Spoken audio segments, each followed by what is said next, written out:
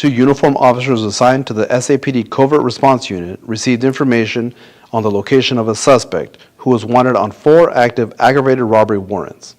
Undercover detectives were able to identify the suspect through surveillance and observed the suspect driving towards the incident location.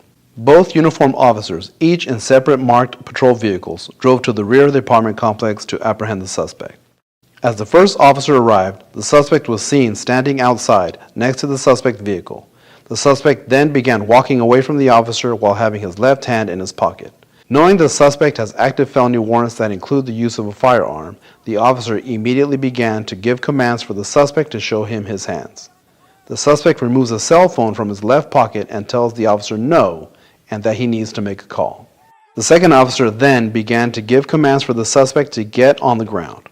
Continuing to disregard the commands, the suspect turned and began to walk away from the officers while reaching into his front pockets for an unknown object. One officer deployed his taser on the suspect, causing the suspect to fall forward. As the suspect fell, he rotated his body around, pointing a firearm at both officers. Both officers observed the gun being pointed at them and began to discharge their firearms at the suspect. The suspect was struck multiple times. Officers began life-saving measures and requested for EMS. Once EMS arrived, the suspect was pronounced deceased at the scene. No one other than the suspect was injured by the gunfire. Here is video from the second officer's body camera. Let me see your fucking hands! Get on the fucking ground!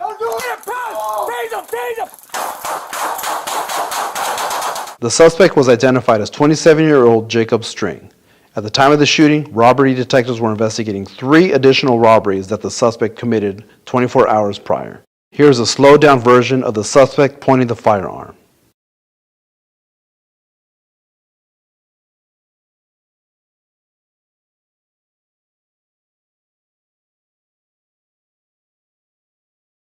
Through the course of the investigation, it was determined that the suspect's firearm was a BB gun.